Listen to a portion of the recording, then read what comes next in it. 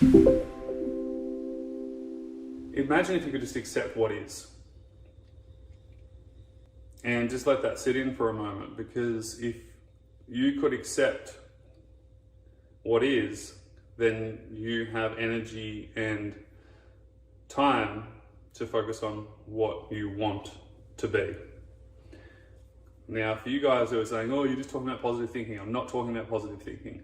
This is like deep change that you can make in your life on a holistic level, okay? Did you feel a certain calmness and ease with that? Because the funny thing is, the sooner you accept where you're at, the faster you actually can change it, your reality. But keep going around in circles like here, it's unfair, it's not good enough, you know, this shouldn't be happening to me, I'm so angry, and rightly so. Like I said, it's normal, it's appropriate, I went through it myself.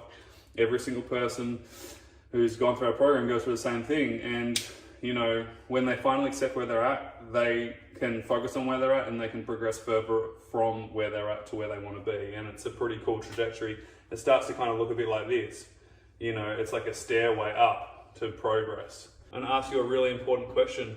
How much have you improved when you're stressing so hard and you're trying so hard to improve? How fast have you improved? You know, this is the problem we see all the time. So many people try so hard to get better and it's actually taking them down.